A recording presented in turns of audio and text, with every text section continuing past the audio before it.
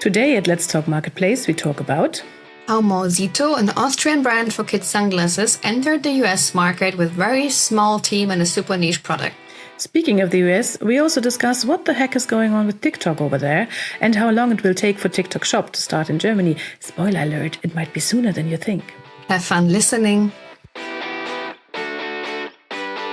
Let's Talk Marketplace. The Marketplace podcast with Ingrid Lommer and Valerie Dichtel.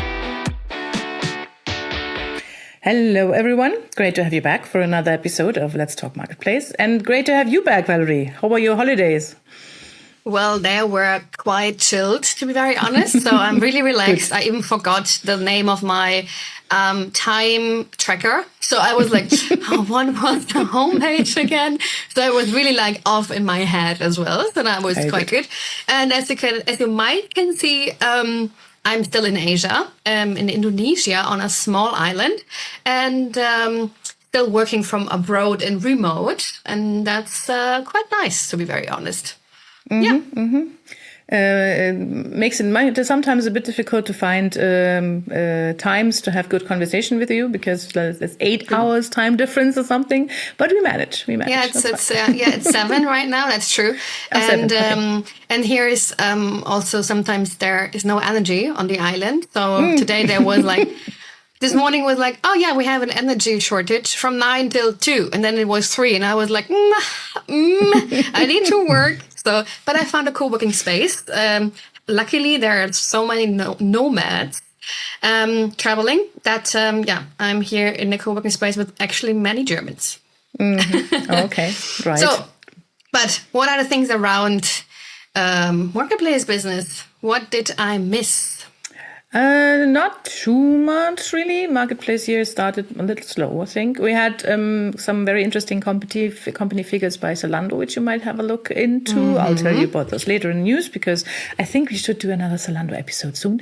And then we published our first country quadrant for Poland, which was very well received, and which I can already update again, because a big retailer for pharmacy just opened their marketplace.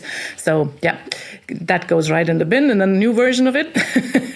And of course, then there was the highly political matter of TikTok in the US. They closed down because of a Supreme Court rule. And then Donald Trump gets inaugurated and back up is TikTok. And no one really knows what's going to happen in the next 90 months and 90 days with this platform there. But on the other hand, some rumors have reached us that TikTok has been starting in Germany. It's not yet official, but yeah, interesting. Yeah, yes, quite a rumor. Actually, this also came to my place. And several people reported that they had come across a pop-up in the TikTok app, which told them that an in-app purchases were now possible in Germany. So do you have any more on that one? No, not yet. I did some digging yesterday, but I couldn't find anything official. And no one wrote about it yet. So there's just here and there some few small reports, but we'll see. The TikTok representatives that I wrote to are also completely silent so far, so we will just have to keep an eye on it.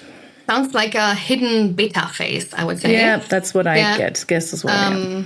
Yeah. So let's see how TikTok will push Europe maybe even more because of like this, unpredictable situation in the US. And which also brings us back to today's topic, doesn't it?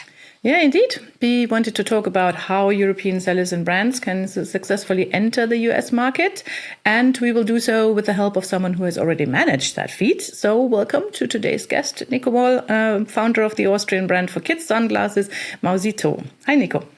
Hi. Well, thank you for having me. It's really, really nice. I always hear your podcast. I think it's one of the most interesting ones I can hear. So thank you very much for all the content you're giving. It's always nice to hear it and also to see your content on LinkedIn. It's one of the contents which is really helpful for us. Oh, that's nice. Yeah. I'm getting all red in the face. Yeah, it's great to have you, Niko. Actually, I first heard your story 2 years ago at the Marketplace convention in Cologne. And there I was already impressed what you're doing, like which KPIs you are showing also in terms of like the like selling in Germany on Amazon versus selling your products in the US, and your openness and transparency. And Then we saw each other again on an event I did in December with the Marketplace Universe That's true. in Munich. And then I was like, oh man, we should really like do a podcast version of you. And here we are. So Great. yeah, happy to have you. And for those who are not yet familiar with you and Mausito, I would say let's introduce you quickly, Niko. And as you know, as a podcast listener, you know, like what's coming right now, I would say. So 3 sentences or 3 questions, to be very honest. The first one is like, who are you, Niko? Well, I'm Niko, as you know. I'm born in Vienna, but I'm German. I lived a lot of my life abroad. So as a kid, I lived in South America. Afterwards, after my studies, I studied economics in Vienna. Then I went to Barcelona for 8 years and then back to Vienna. And since 2019, I've founded Mausito. And here I am. I'm married, have 2 kids, 2 girls, 6 and 8, which are our sunglasses ambassadors in Vienna. Beta testers, I guess. Yes, it's true. How did you came up with the idea of Mausito? Well, the truth is I worked in another company, with a Spanish company, and we started a project selling on Amazon. It was a B2B company, and it didn't get along very well, but I somehow started to know the Amazon market. And I said, okay, I will try to do it by myself. I didn't know anything. I noticed later, but yeah, it was like the first step. Okay. And what would you say? What do you do best in business? Wow, best in business. I think I try to have a balance between making decisions and not exaggerating with the risk. Okay. Okay. And and what are you doing exactly within Mausito? We do I do a lot. So we are 2 persons, and yes, as you know, we have a lot of markets, we have a lot of products, so everything. Mainly, we make logistics, purchasing, selling.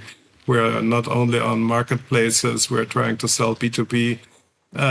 We almost everything, a little bit of everything. And since when do you sell to the US? We started selling in 2022, if I'm not wrong. And yes, this is our 4th year now. So we're starting with a lot of energy. Things are going quite well, but we will see what happens next. Nobody knows. Okay, and for the final intro, tell us about a fun fact about you. Well, there's the issue with my name, because I have 2 first names, which is Niko and Christian. So, and it started with my birth. When I was born, my parents changed their mind between my birth and my baptism. So in my official documents, I'm first Christian, but then they baptized me as Nikolaus, and everybody called me Niko. And now I have this mix-up, and it's really annoying, because on all my official documents, also the company is founded on my name. I have Christian first, and it's a big mix-up. So please call me Niko if you hear me. Yeah. That was also difficult to find you on LinkedIn and some other things, to be very honest. It's like, oh man, like what's his real names? Like, So my real name, everybody's calling me Niko. Okay. Yeah, but you find him under Christian Moll. Right. Okay. Right. Thank you, Niko, for your introduction. And I'm looking forward to the conversation on the US market because, as you already touched upon, you have a very small team and you've been now successfully in the US market for 4 years, which is quite impressive, really, considering how lean your setup is. But we'll talk more about that later after some quick look at the news and a very short break. We would like to introduce you to our sponsor, Base.com, a SaaS e-commerce solution provider originally founded 2006 in Poland. Base.com offers a comprehensive platform that helps companies make the operations more efficient, reduce costs through automation, and open up new sales channels. Base.com is present in 9 countries outside of Poland, including Germany, the US, Brazil, China, and the United Kingdom, and they employ 350 people worldwide. Base.com's platform offers features such as automations for order management, inventory management, and fulfillment, a marketplace management tool for lots and lots of B2B and B2C channels, and great integration options to include other backend tools in real time. Another USP is definitely the low-cost structure compared to other tools with similar features. The solution is already used by companies such as Obi, Kercher, MediaMarkt, Samsung or Philips, and there are likely more big names to follow as Base.com is all set up for internationalization in the next 12 months.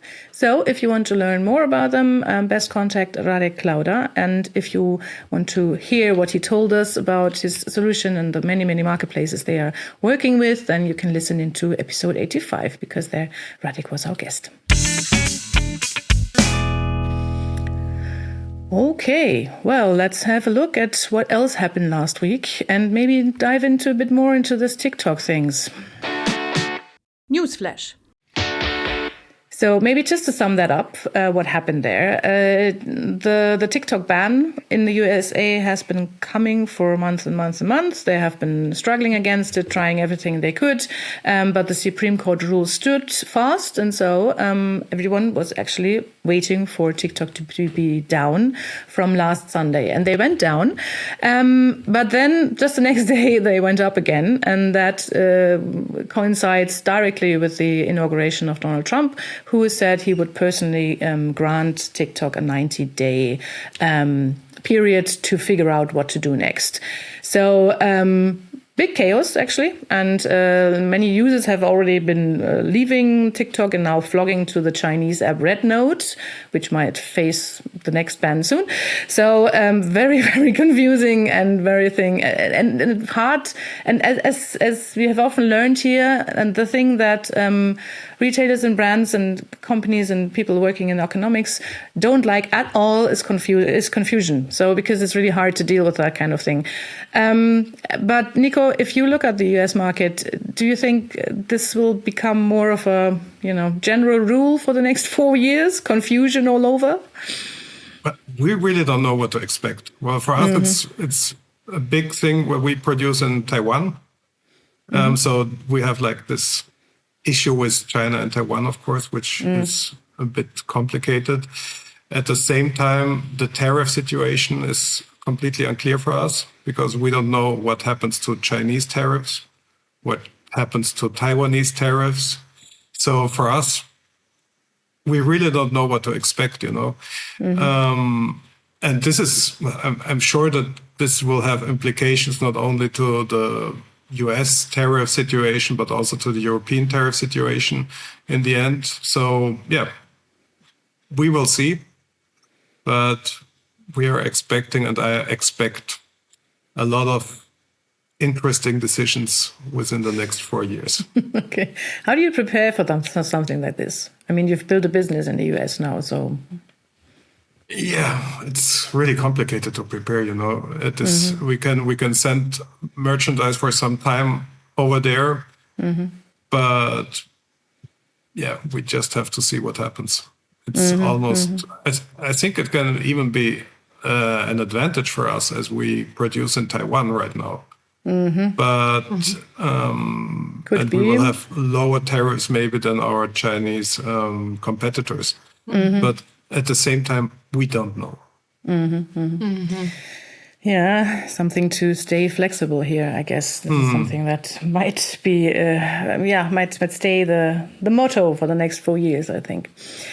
Right. So that's that. We will keep a look on that. As we touched upon, it may be interesting to see how TikTok is dealing with this and how if they are pushing more for the European markets than they have already done so far. So we'll see what this silent beta test in Germany is all about.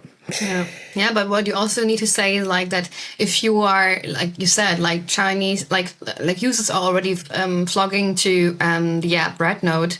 But to be very honest, if you build up really your business on TikTok, then it's not like, oh, no, tomorrow we're going this and we're having this on Rednote, because I mean it took some time to like build your audience and the views, etc., and followers. Yeah, and it's not completely different app. This is really not comparable at all to TikTok. So if you're already selling in the US via TikTok, then it's so unpredictable. And then hopefully you don't have like 100% on this app and diversify it. And there we are back again on the diversification topic, right? Yeah. Definitely. Right. What else? I already said it in the beginning. Zalando gave us some pretty strong year-end closure notes. They have increased their GMV by 4.5% last year to some 15.3 billion euros in the year-end quarter. So it worked out quite well after a difficult start in last year. So they might be, getting into a better year 2025, we'll see. But I think this is really something that if you have the time, I'll really have a look into it, because no one has really done a really good analysis on the figures so far. Yeah, let's see, because last year they changed something in their kind of reporting. So it's a bit difficult to say like, oh, that was like the year before or that before. Smart done. And also with the acquisition of About You, there needs to be like many changes. Also, what I heard as well is that Zalando banned again to the end of May this year much more brands. So they're still following up with the strategy they had last year in 2025, and focusing more on quality instead of quantity, especially through brands and retailers. Yep, now that's exciting year ahead. Okay. Right. Well, some other figures from a marketplace, and this time from Galaxus, the Swiss marketplace, which has been pushing for internationalization in the last years, and it didn't have a very easy time with it in the beginning. So and analysts were often looking to them and wondering if they would keep on pushing for their German dependency, for example, for Galaxus.de, or if they are willing to put more money into internationalization or not. But it seems that things are working out nicely now, because Galaxus.de has continued to grow quite strongly in 2024 by some 27%, which is impressive, to now a GMV of over 360 million euros. So not bad. We might have to consider looking at our outlook on Galaxus.de. True. Yeah, they did several approaches, and this time it seems to work out. Is the Swiss market anything interesting to you, Niko? Well, yes, it's interesting. We have a partner in Switzerland who is selling on Galaxus, our products. So we sell to our partner and they sell on Galaxus. And they're very successful with our products in Switzerland. Okay, interesting. At the same time, we see that Amazon right now is also entering with more power the Swiss market. Yeah. Because they take care of the VAT issues. So we see also a lot of sales through our Amazon account to Switzerland. So, Switzerland is a very good market. Yeah, definitely. And Amazon pushing for them, that's absolutely true. Right. I guess I'll keep it there, so then we have a bit more time to talk about the US market after another very short break.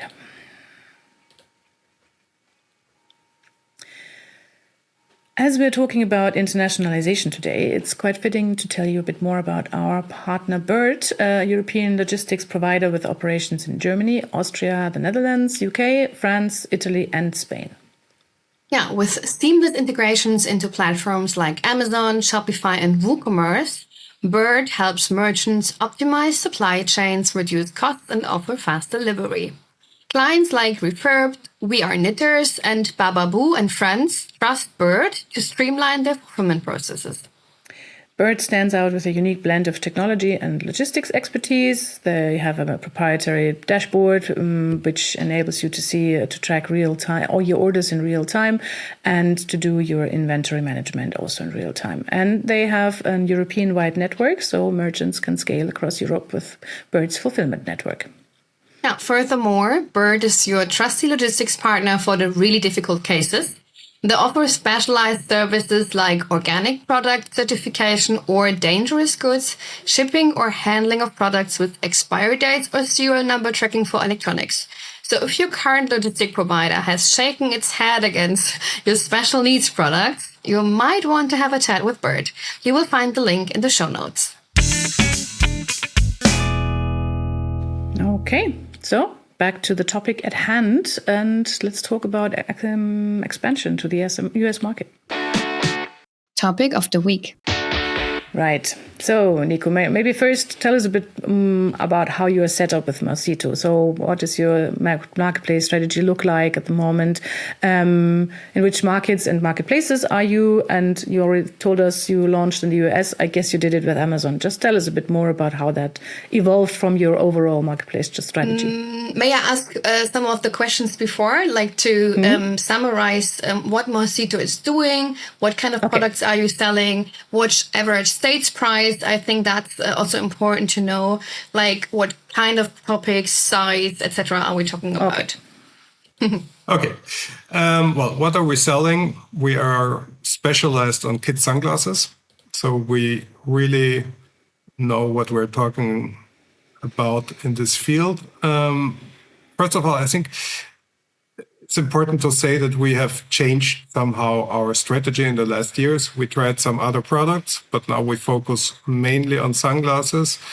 The cost of the sunglasses, retail cost is between 25 and 35 euros. So we are like in the middle class of sunglasses. We are not the cheapest ones, but we are not the most expensive ones at the same time. And we try to make very good quality for our products, which is important. And yes, that's more or less our strategy. We started as a typical private label brand on Amazon, and we somehow are trying to get a little bit out of that because we really want to create a brand. So this is like our main strategy, and I think we're doing it. And therefore, we have a marketplace strategy, but at the same time, we also are selling B2B, which is a main focus for us. Last year, we made many trade fairs.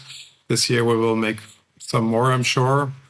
And of course, then the third point after marketplaces and B2B is our own web shop, which is also growing.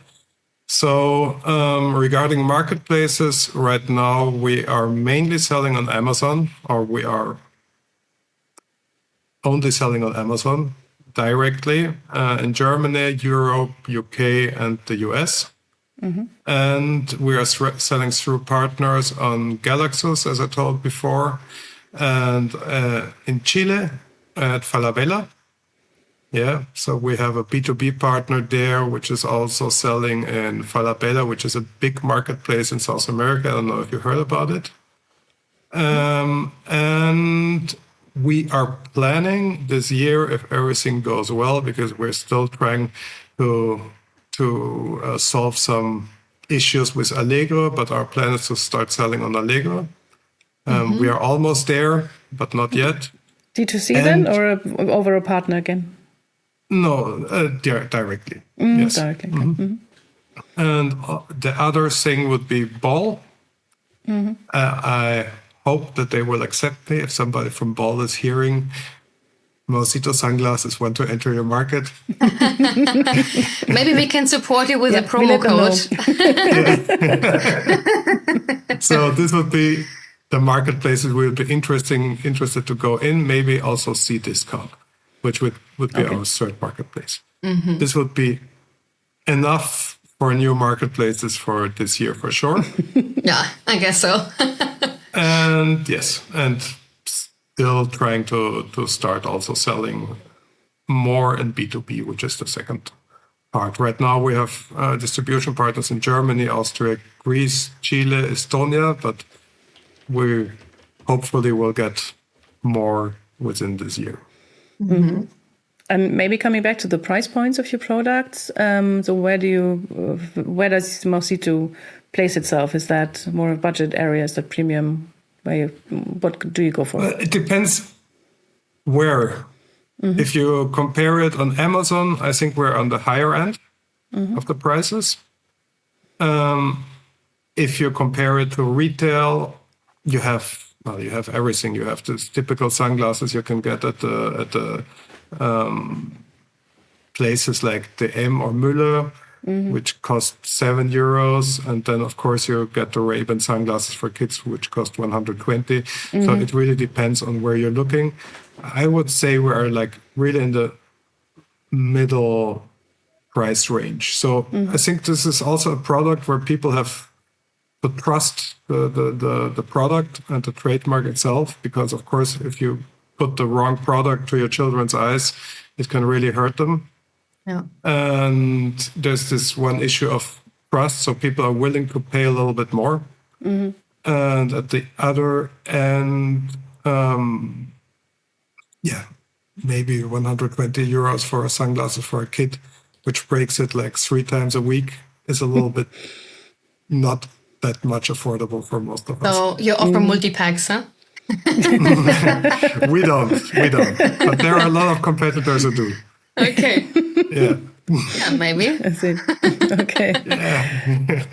So when did this idea come up as an Austrian startup with a, as I said, very lean setup to say, okay, why not do the American market? I mean, this is a huge thing. How did that come up? Of course, we started 2022. So the thing is, we were in the middle of COVID. We couldn't travel.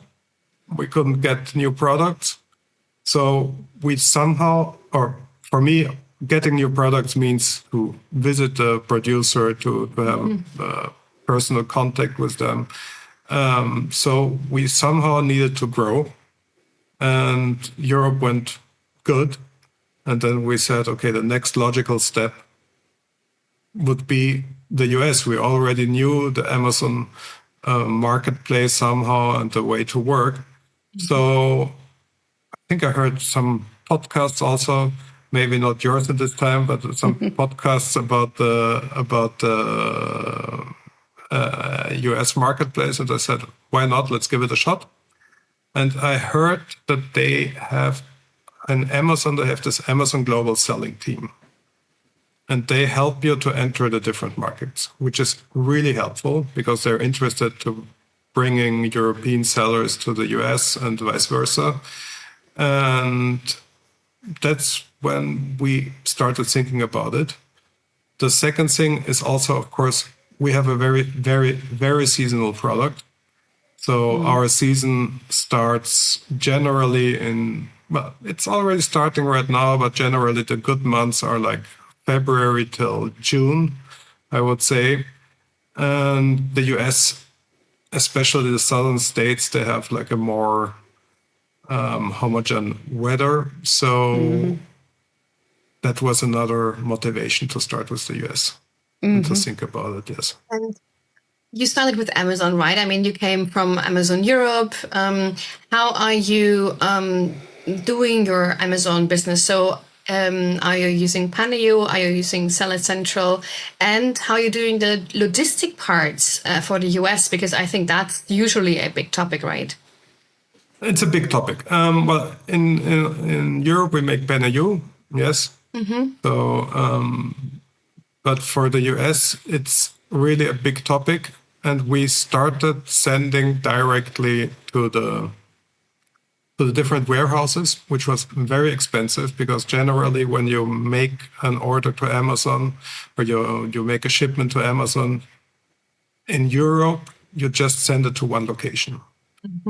But in the US, it's different. So generally they separate the shipments to different locations, and or you pay very high fees to avoid this, or you have to ship them to different locations, and then it's very expensive if you send it directly from Taiwan. So we had a warehouse in LA, which closed this autumn because they didn't make so much business, I think.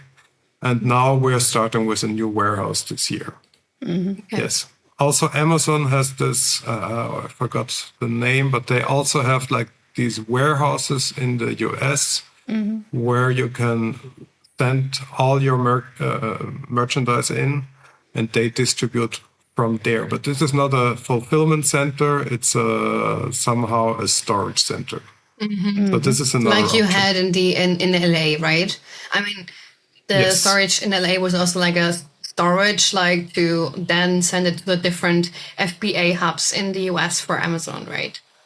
Yes, it's a 3PL, but Amazon in the US also offers now this kind of 3PL service. So And how many different articles do you have, Niko?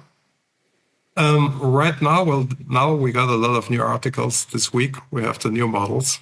We're really happy. Nice. But in the US, I think we have like 25. Okay. In total, we have like 70. Okay. And how many orders do you have per year compared Europe to the US? But I didn't check the orders right now. But Just roughly. roughly, I would say like 15,000 orders in the US A year. a year, yes. And in Europe, we have like in total 4 times more Okay. But overall markets then. over all the markets, yes. Okay. So if you think back in these days when you started to sell to the US, and you look back now, what do you think you could have done better or differently, or what would you change in hindsight? First of all, I think it's a lot of European brands, and I always look also what other European brands make in the US. A lot of European brands start selling in the US when they are very successful in Europe. And then their mindset is, okay, we'll be as successful in the US as we are in Europe, and it won't be that difficult. But it's super difficult at the beginning. So first of all, I think if you are like best selling your products in Europe, you cannot go for best selling your products in the US. I think this is like, you have to change your mindset at the beginning. If you're a big brand, you can afford it. But if you're a small brand, it's impossible because the market is 10 times bigger and you simply couldn't afford to do it. You know. Then, of course, at the beginning, we spent like crazy on advertising. But advertising in the US is more expensive than in Europe.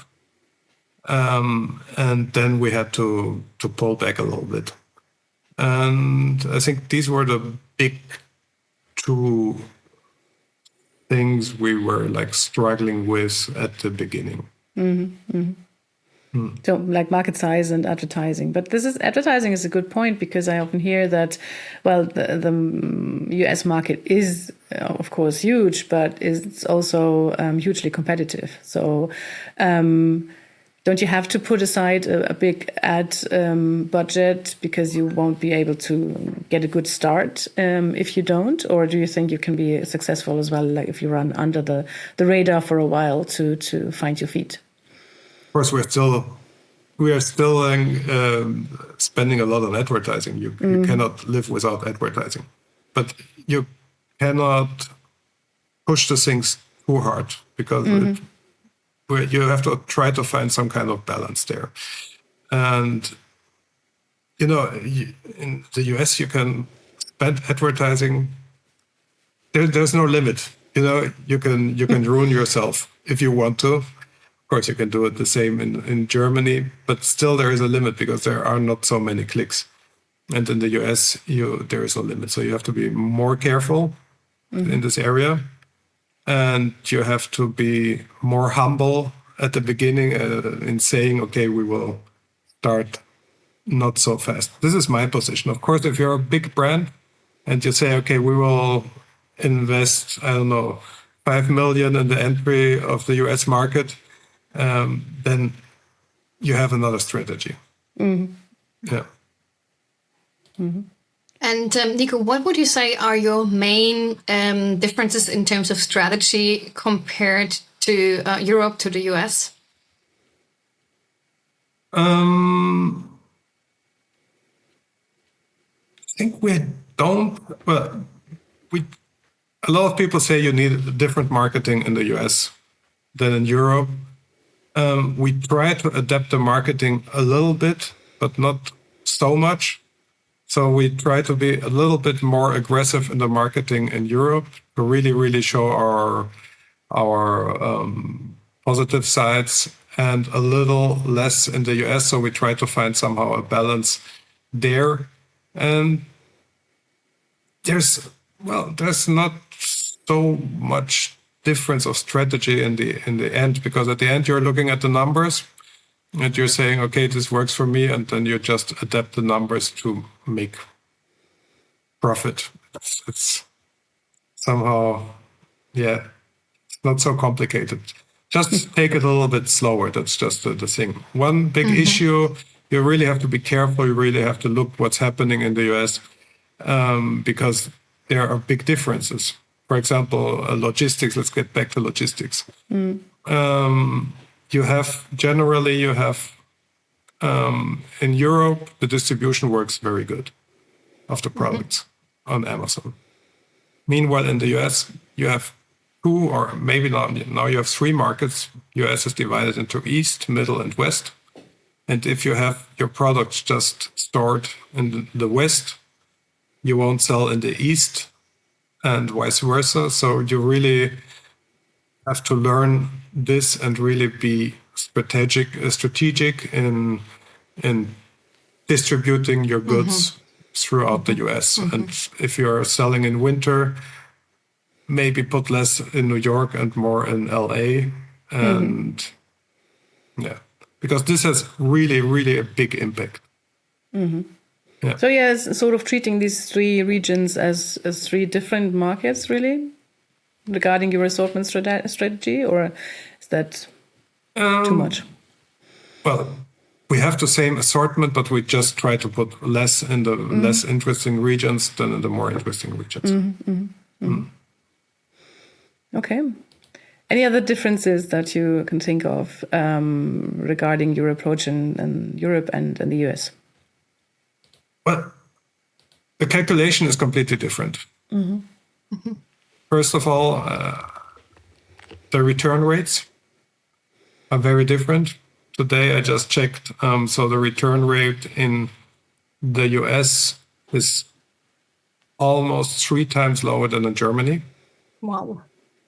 Which is a big difference, which also, of course, has a big impact on your margins. Then the tax situation is very different. You have no VAT in the US. So your whole calculation is different. Also, the Amazon fee, the 15% Amazon fee, is calculated on the net price in the US and on the gross price in Europe. So in the end, in Europe, Amazon, if you're really open, takes 18% more or less, and not 15%. And in the US, it really takes 15%. So this makes the 3% difference. It's not so little at the end. And what more? Yeah, but I think these are big differences. Okay. And also, I think the price is very different. Well, in Europe, people are willing to spend a little bit more. than in the US, Really? which is interesting because because the median wages in the US are pretty high, but still they're spending less in the US, so it's more competitive. And what I also have to say that there are more Chinese sellers in the US right now than there are in Europe. But Right now, I think this is right. It's changing. So I think they're coming more and more to Europe, and they are more concentrating on Europe right now than on the US. Yeah. I mean, that makes sense, right? Niko, what would you say was your biggest fuck up in like this whole marketplace expansion?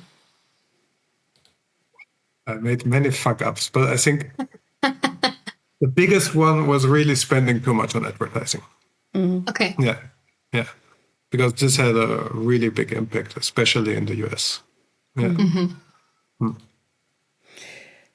How are you going on with regarding internationalization now? Because we talked before that the situation in the US might become a bit volatile over the next year. So I guess you're already looking for different markets where you can stretch your fingers to. So what is your approach towards internationalization? First of all, well, growth for us is not only internationalization, it's also other markets like B2B, which is really, really important for us. We are thinking about going to Brazil, maybe also on Amazon, or making some trade fairs there. But I think we generally want to be more present in the B2B area in the long run, and somehow also profiting from this on the marketplaces, because the more your brand is known, the better you perform on the marketplace. That's for sure. Yeah, that's always the thing, right? Yeah. So that's more or less our strategy. But yes, internationalization, I would say right now we would try to go a little bit to South America. We will see what happens maybe in Asia. I'm also thinking about going to a trade fair maybe in Asia, because it's a huge market. But yeah, these are all things I will try, but I'm not 100% sure if I will make it at the end, Niko, how are you dealing with all of the different marketplaces? Because you said like you want to go to Moll and Allegro. Will you do this via a middleware, or are you doing this always within their own portals? As we don't want to go to too many different marketplaces, I would make it directly without an integrator. Because, of course, if you're, for us, we are some kind of a niche product. Yes. Yes? Definitely. And we are not able to sell a lot on very small marketplaces. So we need some size of a marketplace which makes sense to us, where we see, okay, because I don't know, if I sell 5,000 euros on a marketplace per year, there's too much work included, so this makes no sense for us. Yeah. And therefore, right now, we would make it directly. If we afterwards would get into more and more marketplaces, an integrator would be like a big thing as well. Yeah. But of course, at the same time, you have to work on the integrator as well. So right now, Amazon, we're doing by ourselves. And then if I have two marketplaces more, it doesn't make so much sense for us. Yeah. That's true. I totally understand that. And you're also choosing the ones who have own portals, right? I mean, there are also more specialized ones. If you don't use integrator XYZ, then you're not able to sell there. But that's actually not your topic right now. So yeah. All right. I guess our time's up, but thank you for your input, Niko, and good luck with your further plans there. Thank you very much. Maybe come back to you and get another update. For now, thank you all for listening to us today. You could make us very happy by following us and rating our podcast on Spotify, Apple Podcasts, or wherever you are listening to us. And of course, by tuning in next time. There we will talk about the European marketplace landscape for home and living and how drastically it's changing at the moment. yeah, So thank you for listening. Thank you, Niko, for being our guest today. And let's dive deep next week into the brand new marketplace quadrant for home and living, right? Yes, we do. Yeah. So we also needed to do an update there. And I would say hear you and listen to us next week. Bye-bye. Thanks. Bye-bye. Bye. You listen to Let's Talk Marketplace, the Marketplace podcast with Ingrid Lommer and Valerie Dichtel.